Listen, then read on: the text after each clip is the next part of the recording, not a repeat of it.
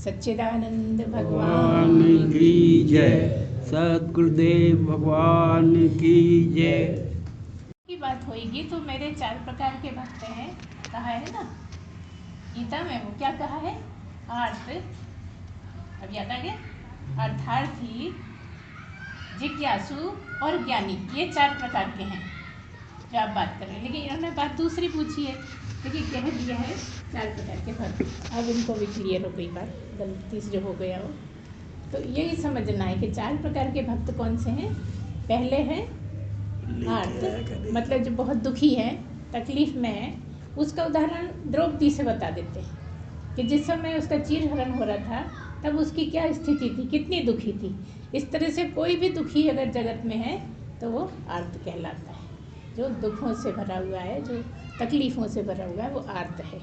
दूसरा है अर्थार्थी, जिसको अर्थ चाहिए, अर्थ मतलब धन, जिसको रुपया पैसा चाहिए, सामान चाहिए, अर्थार्थी, वो धन की अभिलाषा में चल रहा है। तीसरा है जिज्ञासु, जो परमात्मा को पाना चाहता है। जिज्ञासु कौन है? जो परमात्मा को जानना चाहता है, वो जिज्ञासु है। और चौथा है ज्ञानी। ऐसे वक्त जो समझ तो सब गए हैं लेकिन प्राप्ति बहुत दूर है, उनको कहते हैं ज्ञानी। समझते हैं, जानते हैं, लेकिन अभी उनकी पूर्णता नहीं हुई है, अभी ब्रह्म से एकाकार नहीं हुए हैं, इसलिए उसको ज्ञानी बोला है। इस तरह के 4। अब ये जो पूछ रहे हैं उसकी बात करेंगे। इनका कहना है कि 4 वर्ण हैं, उसको कहेंगे 4 वर्ण हैं।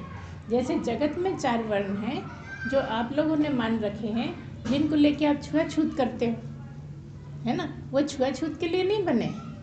अगर ऊपर से शुरू करा जाए तो ब्राह्मण, क्षत्रिय, वैश्य और शूद्र, इस प्रकार से 4। तो ये छुआछूत के लिए नहीं है।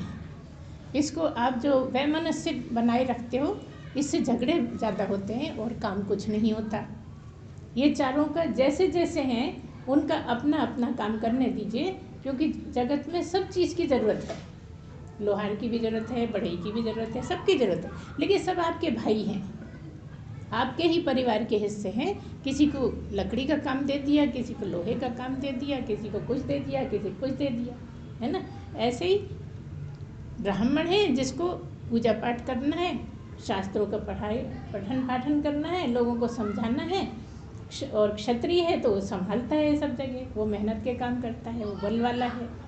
इसलिए वो जहाँ जो गलत काम होते हैं तो वहाँ तीर से, कमान से, तलवार से, बंदूक से, जब जैसी स्थिति होती है, जब जैसे जगत में चल रहा होता है, वो जिम्मेदारी क्षत्रिय को दी जाती है ना।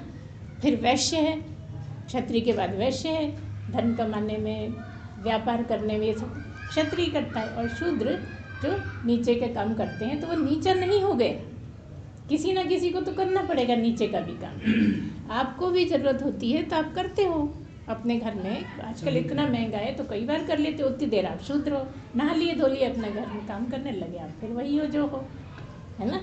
शरीर को भी देखा जाए तो भी हर एक को लेटरिन जाना है ना। गंदगी तो आपको भी छूनी है, सफाई करनी है, तो आप शूद्र नहीं हो गए। इस तरह से समझाया गया है कि आप ये जो मतभेद बना रखा है, लड़ाई झगड़ा बनाते हो, तो वो मत करिए आप। इस तरह से ये 4 वर्ण है। पहले इसकी बात करें। अब इससे थोड़ा सा यहाँ पे, क्योंकि ऐसा प्रश्न है इसलिए हम उसके बारे में भी बोलना चाहेंगे कि यहाँ पर इसके गलत क्या हो रहा है कि अब जैसे शूद्र को आप लोग नीचा मानते हो, तो फिर वो शर्मा लिखना चाहता है, चतुर्वेदी लिखना चाहता है, वो अपना काम नहीं करना चाहता है, क्योंकि तुम उसको नीचा मानते। उसको लगता है मैं सबसे नीचा हूँ, मैं हीन हूँ, मुझे 4 लोग नीची दृष्टि से देखते हैं, तो वो बेईमानी करने लगता है। अगर आपका व्यवहार अच्छा हो तो नहीं करेगा बेईमानी।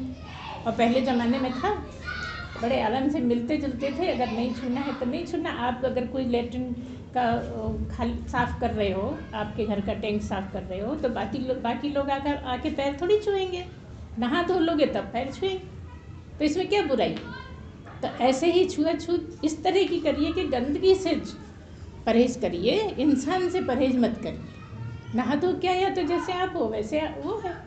इस तरह से अगर समाज में चले तो बहुत सुधार हो सकता है।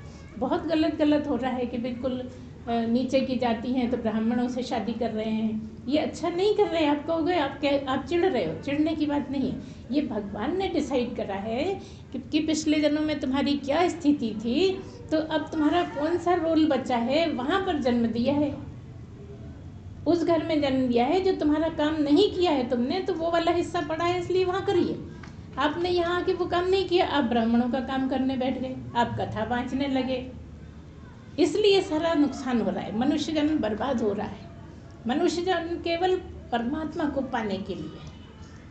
अब आगे सुनिए, हमने बहुत छोटे छोटे में बताया, हम ज़्यादा छोटे में ही बताते हैं, जब ज़्यादा समय होता है तो विस्तार में, मगर इतनी बात पे आप मनन करोगे तो सारा समाज का हाल आपको पता लग जाएगा, जो पहले से भी पता है ना। हमने थोड़ी थोड़ी बात कह दी है कि इसको आप दिमाग से सोचिए, समझिए, और क्या चल रहा है, क्या होना चाहिए, क्या नहीं होना चाहिए। सब बहुत से लोग धोखा दे के शादियाँ कर रहे हैं, जिससे वैमनस्य भी हो जाता है, लड़ाई झगड़े जिंदगी भर चलते हैं कि तुमने धोखा दे के शादी करी, तुम इस जात के हो, तुमने हमारी ऐसे लड़की ले ली, इस तरह के से बिल्कुल नहीं डर रहे हैं कि भाई एक शूद्र ब्राह्मण की लड़की के क्यों पैर छिलवाना चाहता है, जबकि आपको तो ब्राह्मणों के पैर छूने हैं। आप ब्राह्मण की लड़की जब घर में ले आओगे तो उसको तो पैर सास के छूने, ससुर के छूने, सबके छूने पड़ेंगे, तो ये आप अपराध कर रहे हो भगवान की दृष्टि में, ये सब गलत हो रहा है। तो जो जिनमें हिम्मत है वो समाज में आगे आएँ और गलत काम करने से स्वयं भी पीछे हटें और गलत काम दूसरों को भी ना करने दें, तब सुधार आएगा समाज में। अब यहाँ की बात सुनो, जो यहाँ बात कर रहे हैं, जो चर्चा इन्होंने पूछी है, जो बात करी है, वो ये है कि यहाँ पर अध्यात्म में भी 4 श्रेणियाँ हैं भक्तों की, साधकों की, जो आज चल रहे हैं मार्ग में हैं, उनकी भी 4 श्रेणियाँ हैं। कैसे कैसे हैं? एक शूद्र है, एक वैश्य है, एक क्षत्रिय है और एक ब्राह्मण है। ठीक है, अब इसको आप उससे मत मिलाइए, आप तो 4 नंबर दे दीजिए, एक सबसे ऊपर वाला है, दूसरे नंबर का उससे नीचे है, तीसरे नंबर का उससे नीचे है और चौथे नंबर का उससे नीचे है। इस तरह से आप समझिए बात को। अब जब कोई नया साधक आता है, जो और कहीं नहीं बैठा है, जो नहीं जानता है, तो वो नीचे के पायदान पर है। अभी नया साधक आया है, अभी यहाँ के बारे में कुछ नहीं जानता है, तो वो शूद्र है। अब शूद्र का मतलब ये मतलब है ये जो अब जगत में लगाते है ना, यहाँ मतलब अभी वो जानकारी नहीं है, अभी अनभिज्ञ है, इसलिए वो शूद्र है। धीरे धीरे आपसे सीखता गया, जानता गया, मेहनत करता रहा, तपस्या करता रहा, साधना करता रहा, तो धीरे धीरे वैश्य की श्रेणी में आ गया, मतलब उससे ऊपर के पायदान पे आ गया, है ना। और फिर उसने और मेहनत करी, अब क्या हुआ, अब वो क्षत्रिय हो गया।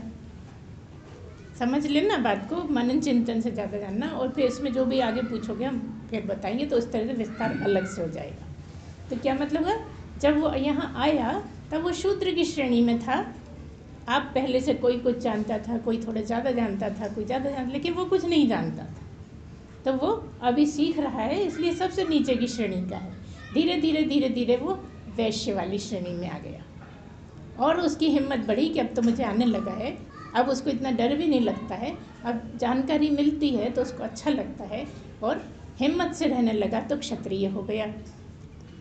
अब क्षत्रिय आ गया तो उसमें बल बहुत ज़्यादा आ गया, तपस्या का बल आ गया, यहाँ आगे बढ़ने के लिए हिम्मत हो गई, तरह तरह से साधनाएं करने लगा, जो भी उससे बनता है, हम नाम नहीं लेंगे क्योंकि सबकी अपनी अपनी तपस्या अलग अलग तरह की रहती है, जिसकी जो समझ में आती है। तो जब उसने बहुत मेहनत करी, बिल्कुल सही लाइन पे चला, जिसने जो बताया, गुरु ने जो बताया उस पर चला, सही ढंग से आगे बढ़ रहा है, खूब मेहनत कर रहा है, कह दिया कि कम सोता है, कहा कि खाना बहुत कम खाओ, कम खाता है ना। इस तरह से बहुत बल होने के कारण वो काम, यहाँ की जो साधना है वो अच्छे से कर पा रहा है।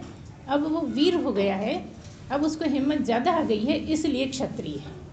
और इतना ज़्यादा करने से एक दिन ऐसा होगा जब वो ब्राह्मण हो जाएगा, मतलब ब्रह्म ही हो जाएगा। यहाँ ब्राह्मण का क्या मतलब है, जन्म लेने की बात नहीं है, यहाँ बैठने वाला भले ही शूद्र है तो भी ब्राह्मण हो सकता है, ये कहने का मतलब है। इसी जन्म में वो बढ़ते बढ़ते एक दिन जब ब्रह्म को जान जाएगा तो वो ब्राह्मण हो जाएगा। समझ में आई बात? धीरे धीरे वो जैसे जैसे मेहनत करेगा, पुरुषार्थ करेगा, जब क्षत्रिय हो गया तो पुरुषार्थ ज़्यादा कर पाएगा।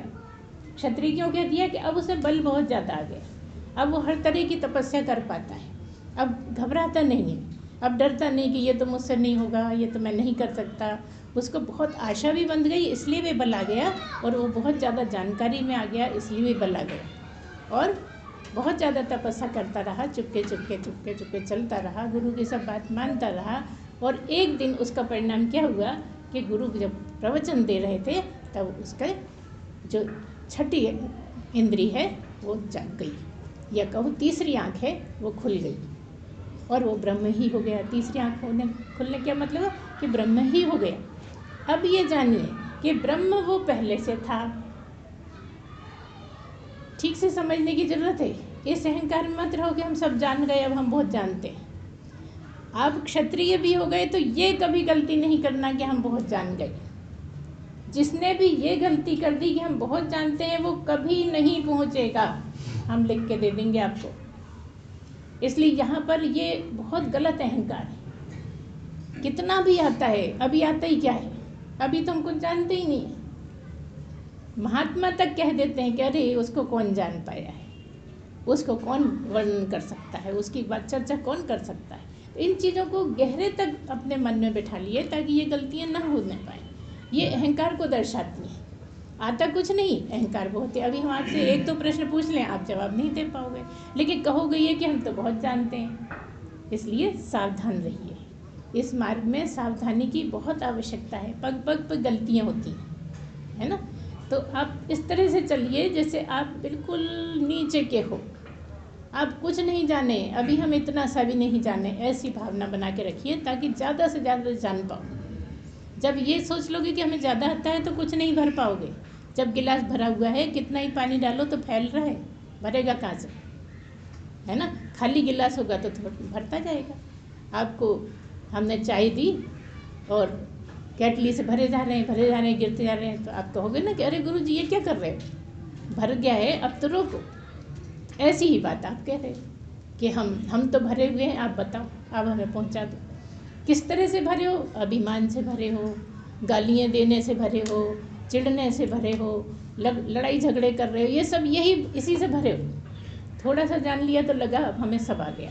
थोड़े से जानने से कुछ नहीं होगा। ये तो अथाह सागर है, इसका कोई पार नहीं है। तो इस तरह से चलने से आपको एक दिन मंजिल मिल सकती है, लेकिन जब तक प्राप्ति नहीं हो जाए, और प्राप्ति हो भी जाए तो भी ये नहीं कहना है कि मुझसे बहुत आता है, मैं भगवान हूँ, मेरी पूजा करो। ये गलती कभी नहीं हो। क्या कहा हमने? पहुँच भी जाओ तो भी इस बात का ध्यान रखना है कि मैं भगवान हूँ, ये बात नहीं कहना है। प्रवचन में सब कुछ कहना पड़ता है, प्रवचन में समझाना पड़ता है, लेकिन अलग से जो ऐसी बातें करते हैं वो भी बहुत गलत है। वो पहुँचे नहीं है, लेकिन अहंकार ये है कि सारी दुनिया मुझे मानने लगे कि मैं भगवान हूँ। तो आप कुछ भी हो, इंसान ही रहेंगे, क्योंकि आप इसको मैं मानते हो। जो भी इसको मैं मानता है वो भगवान नहीं हो सकता, ये पक्की बात है। इससे हटोगे तब आप थोड़ा बहुत सोचो कि हाँ अब हमें सामर्थ्य आया, और इससे हटोगे ही नहीं। इससे हटना संभव ही नहीं है। हम कहते हैं 2 मिनट के लिए आप इससे हट जाओ, हम कहते हैं 5 सेकंड के लिए हट जाओ, 2 सेकंड के लिए हट जाओ, हट जाओगे इससे? वही तो सारी समस्या है, यही तो बहुत कठिन काम है। जैसे हमने कल बोला था कि हम पहले भी अव्यक्त थे, है ना। गीता में एक आता है अव्यक्त वाला जो श्लोक है, उसकी बात कर रहे हैं कि हम ये शरीर मिलने से पहले अव्यक्त थे, मगर थे। जानते हो ना, 84 लाख में घूम रहा है प्राणी। तो जब एक शरीर छोड़ा और दूसरा नहीं पकड़ा तब अव्यक्त है, दूसरा पकड़ लिया तो व्यक्त होने लगा उस शरीर से।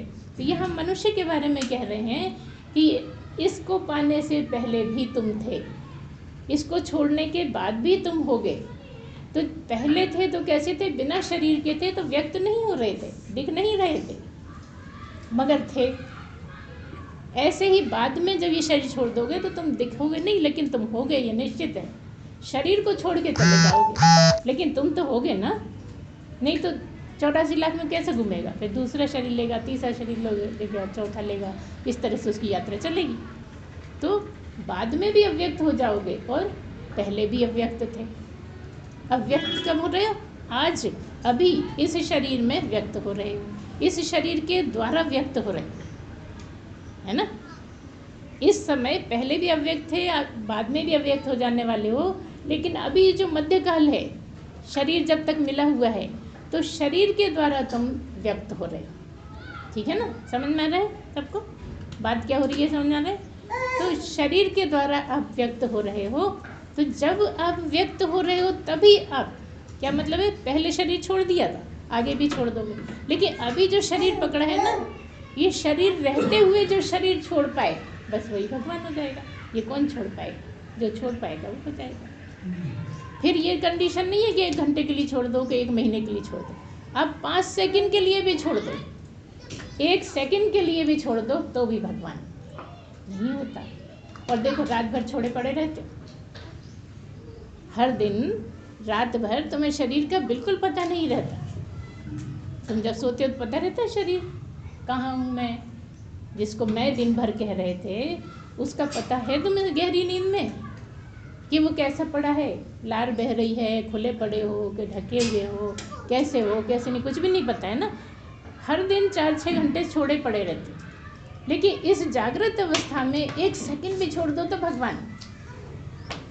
सोचिए, जो आपके बस में नहीं छोड़ा भगवान ने, वो गुरु के ही लिए छोड़ दिया कि तुम तो तैयारी करो, गुरु तुम्हारा शरीर छुड़वा देगा, है ना? तो वो जो तैयारी है, यही तो बड़ी कठिन है। ये जो शुद्धि करनी है आपको, शुद्धि होना ही कठिन है। अभी हमने कहा आपसे कि ब्रह्म आप पहले भी थे, है ना? ऐसा नहीं कि ब्रह्म हो गया, कोई भी महात्मा ब्रह्म हो गया, ऐसा नहीं। ब्रह्म सदा से है। क्यों है? क्योंकि जीवो ब्रह्मैव नापरा, जीव ब्रह्म ही है और कुछ नहीं है, सदा से ब्रह्म है। क्योंकि अगर ब्रह्म नहीं तो कुछ भी नहीं, ब्रह्म है और शरीर है, इसलिए वो जीव है। लेकिन क्या कह दिया कि जैसे ही ब्रह्म हुआ तो वो परमात्मा हो गया, भगवान हो गया। इसका क्या मतलब है? कि ब्रह्म तो शुरू से है, जीवो ब्रह्मैव नापरा, जीव ब्रह्म ही है और कुछ नहीं है। साफ साफ कह रहे हैं सारे ग्रंथ। तो फिर ऐसे क्यों कहते हैं कि ब्रह्म हो गए? अब तुम्हारी भावना ऐसी हो गई, अब तुम ये जान गए कि मैं शरीर नहीं, मैं ब्रह्म ही हूँ। भगवान को जानने के बाद क्या हुआ कि आप ये समझ गए कि मैं ब्रह्म ही हूँ। तो जिस दिन से ये जान लिया तुमने, ये समझ लिया कि मैं ब्रह्म ही हूँ, तब आप ब्रह्म हो गए। ये अंतर है। पहले भी ब्रह्म थे, बाद में भी ब्रह्म हो जाने वाले हो, और सदा से ब्रह्म हो, सदा ब्रह्म रहोगे। लेकिन तब भी अंतर क्या है कि ब्रह्म तो हो लेकिन जानते नहीं जानने के कारण जीव हो, क्योंकि ये कहते हो कि मैं ये शरीर हूँ। दिन भर शरीर में ही तो घूमते हो, खा रहा हूँ, जा रहा हूँ। मिलने गया था कौन? ब्रह्म गया था मिलने? बताओ। जब आप कहते हो मैं बैठा हूँ, मैं गाना गा रहा हूँ, मैं सत्संग में बैठा हूँ, तो कौन बैठा है? ब्रह्म ही बैठा। ब्रह्म ही बैठा। यही तो गड़बड़ कर रहे हो। ये शरीर बैठा है क्योंकि तुम शरीर को मैं मानते हो। बात ये कह रहे हैं कि जीव जो है वो शरीर को मैं मानता है, और ब्रह्म बैठता कहीं नहीं है। ब्रह्म तो सब जगह है। ना ब्रह्म बैठता, ना ब्रह्म खड़ा होता, ना जाता, ना आता, ना खाता, ना पीता, कुछ भी नहीं करता, लेकिन है सब में। किसी में कुछ, किसी में कुछ, किसी में कुछ होगा, लेकिन ब्रह्म में कुछ भी नहीं है। इतना शुद्ध है, इतना शुद्ध है कि ना उसमें जाना, ना खाना, ना आना, ना पीना, ना कुछ भी नहीं। जहाँ कुछ भी नहीं है मगर है, बस वही ब्रह्म है, और वो तुम ही हो। हम बताने तो यही आए हैं कि वो तुम ही हो। तुम शरीर नहीं हो, तुम ब्रह्म हो जो कुछ नहीं करता, वो तुम हो। तो तुम कहते हो मैं कुछ नहीं करता, मैं तो बैठा हूँ, मैं तो ब्रह्म हूँ। ये मतलब नहीं है। मतलब ये है कि इसका जो काम है इसको करने दो, और तुम ब्रह्म हो ये समझो। जब ये कहा जाता है कि ब्रह्म कुछ नहीं करता और मैं तो ब्रह्म हूँ, तब मैं कुछ नहीं करूँगा, तो खाना छोड़ दो, तब माने हम। ब्रह्म कुछ नहीं करता, ब्रह्म खाता भी तो नहीं है, फिर खाते क्यों? अगर छोड़ते हो तो सभी कुछ छोड़ो। और जब करते हो तो फिर सभी कुछ करो। सभी कुछ करने से क्या मतलब है? जो आपके दायरे में आता है, जो सत्संग में अलाउड है, जो सत्संग के लिए कहा जाता है कि ये करना चाहिए, ये करना चाहिए, वो करिए आप, है ना। इस तरह से आपको समझना पड़ेगा कि क्या है ब्रह्म। और जिस समय आप सत्संग सुनते हैं तब आप एकाग्र होकर वाणी पे एकाग्र होइए, पूरी तरह से वाणी पे ध्यान रखिए, एक एक शब्द को समझिए। आप जिस तरह से समझते नहीं, ऊपर ऊपर समझने का नहीं, ये भागवत सुनने का ढंग है, ये ज्ञान सुनने का ढंग नहीं है। आप ऊपर ऊपर सुनते हो, यहाँ पर तो वही की वही बात का मतलब दूसरा हो जाता है, वही का वही बात दूसरी जगह दूसरी तरह मतलब हो जाता है। तो इसको समझना कोई आसान थोड़ी है। जब तक आप पूरे एकाग्र होगे तो आपको पहले क्या करना है, आपको एकाग्र होने की आदत डालना है। एकाग्र होइए, एकाग्र रहने की हर जगह, अपने काम में जो भी काम करते हो उसमें एकाग्रता से करिए। हर काम जब एकाग्रता से करोगे तो यहाँ भी थोड़े थोड़े एकाग्र होने लगोगे, लेकिन यहाँ पे बहुत ज़्यादा एकाग्रता चाहिए। इसलिए आप यहाँ एकाग्रता से बैठिए, एकाग्रता से समझिए, जो बोला जा रहा है पूरे ध्यान से, इतने ध्यान से। यहाँ कौन हो पाता है? ब्रह्म कौन होता है? जो पूरी तरह से वाणी पे लग जाएगा। तो किसी दिन ऐसा हो जाएगा कि वो अपने शरीर को भूल जाएगा, उसको ये ध्यान नहीं रहेगा कि मैं शरीर हूँ। और जैसे ही ऐसी स्थिति आएगी कि पूरी तरह वाणी के साथ एक हो गया और शरीर का उसको खबर नहीं है कि ब्रह्म हो गया। भूलने में बड़ा आसान है? लेकिन होने के लिए बड़ी तपस्याएं चाहिए। और अगर आपकी बुद्धि वैसी हो गई तो कुछ भी नहीं रखा है, कुछ है ही नहीं इसमें, क्योंकि ये मनुष्य का काम है ना। जिसका जो काम है वो आसान है कि नहीं? ऊँट का काम करना मुश्किल है क्या? घोड़े को घोड़ा काम करना मुश्किल, वो बना ही उसी के लिए। ऐसे ही हम इसी के लिए बने हैं, इसलिए हमारा काम ये वाला काम बहुत आसान है, लेकिन हमने इधर ध्यान नहीं दिया है। हम इधर शुरू से लगे नहीं, हमने इसको खास नहीं माना। अरे इसमें क्या मिलता है? पैसा कमाएंगे तो पेट भरेगा, तो पैसा कमाने को कोई मना थोड़ी करता है, पैसा तो कमाना ही पड़ेगा, नहीं तो शरीर कैसे चलेगा? स्वस्थ शरीर में ही काम हो पाता है। तो स्वस्थ शरीर रखने के लिए सब कुछ चाहिए शरीर के लिए, और आपके शरीर के लिए दूसरा नहीं करेगा, आपके शरीर के लिए आपको ही करना होगा। लेकिन जगत में रह के जो परमात्मा को ठीक ठीक समझ पाएगा, परमात्मा के लिए पुरुषार्थ करेगा, वो एक दिन जीत जाएगा, वो ब्रह्म हो सकता है, वो भगवान की श्रेणी में आ जाता है। तो यही सब आपको समझते समझते एक दिन पार लग जाएंगे, काम हो जाएगा, क्योंकि आप मनुष्य ही हो, कोई घोड़े का देह तो हो नहीं। तो आपका पूरा अधिकार भी है और आप में क्षमता भी है, लेकिन अपनी क्षमताओं को बढ़ाना पड़ेगा, ईमानदारी से चलना होगा, हर जगह ईमानदारी से चलना पड़ेगा। आप सोचो बस सत्संग कर आए अब कुछ भी करें, ऐसा नहीं चलेगा। जीवन ही वैसा बनाना पड़ेगा कि झूठ नहीं बोलें, चोरी नहीं करें, गलत बात नहीं करें, गालियाँ नहीं दें, लड़ाई झगड़े ना करें। कोई दूसरा लड़ने की कोशिश करता भी है तो आपको टालना पड़ेगा, और वो आप नहीं कर पाते। किसी ने एक गाली दी, आप 2 सुनाते हो, होता है ना। ये सब पे कंट्रोल हो तभी आप आगे बढ़ पाएंगे। लेकिन जितना कर रहे हैं उतना बहुत है। आपने लाइन तो पकड़ ली है कम से कम। जब लाइन पकड़ ली है तो उसी के अनुसार अगले जन्म मिलेंगे, उसी के अनुसार आगे आपकी साधना होगी, उसी के अनुसार सब कुछ होता चला जाएगा। चिंता मत करिए, सब अच्छा हो जाएगा, आगे बढ़ते रहिए। यही सौभाग्य है आपका कि आप सत्संग सुनते हैं, समझते हैं, समझने की कोशिश करते हैं। कमी यह है कि प्रश्न नहीं पूछ पाते। प्रश्न क्यों नहीं पूछ पाते? क्योंकि मनन चिंतन नहीं करते।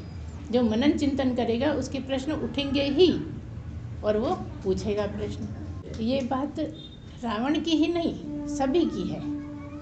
जब प्राण छोड़ता है तो ब्रह्म पहले से भी था, ब्रह्म आगे भी है, और जब प्राण छोड़े तब भी ब्रह्म है। तो छोड़ा क्या? शरीर छोड़ा, वो ब्रह्म ही है।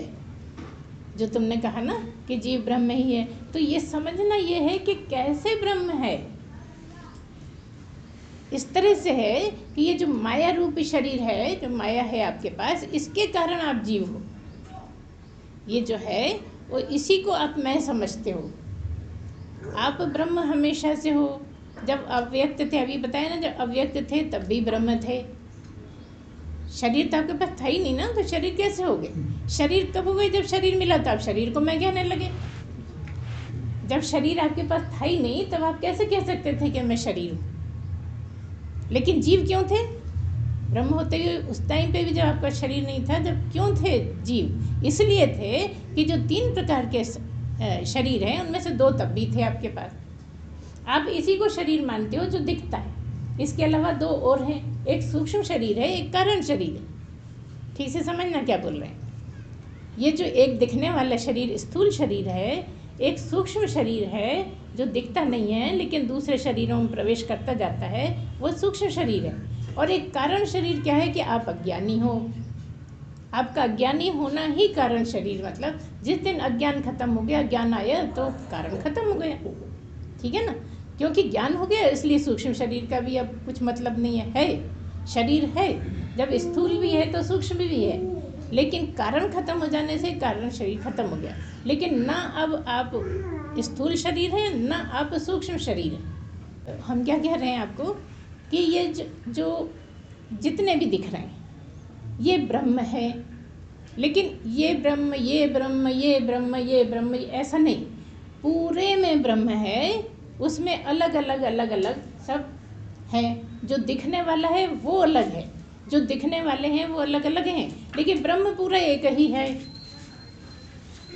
समझने की कोशिश करिए। जैसे हवा पूरे में है, जैसे आकाश पूरे में है, ऐसे ही ब्रह्म भी पूरे में है। वो अनेक नहीं है, ब्रह्म एक ही है। तुम अनेक हो। जो कहते हैं मैं शरीर हूँ वो अनेक हैं।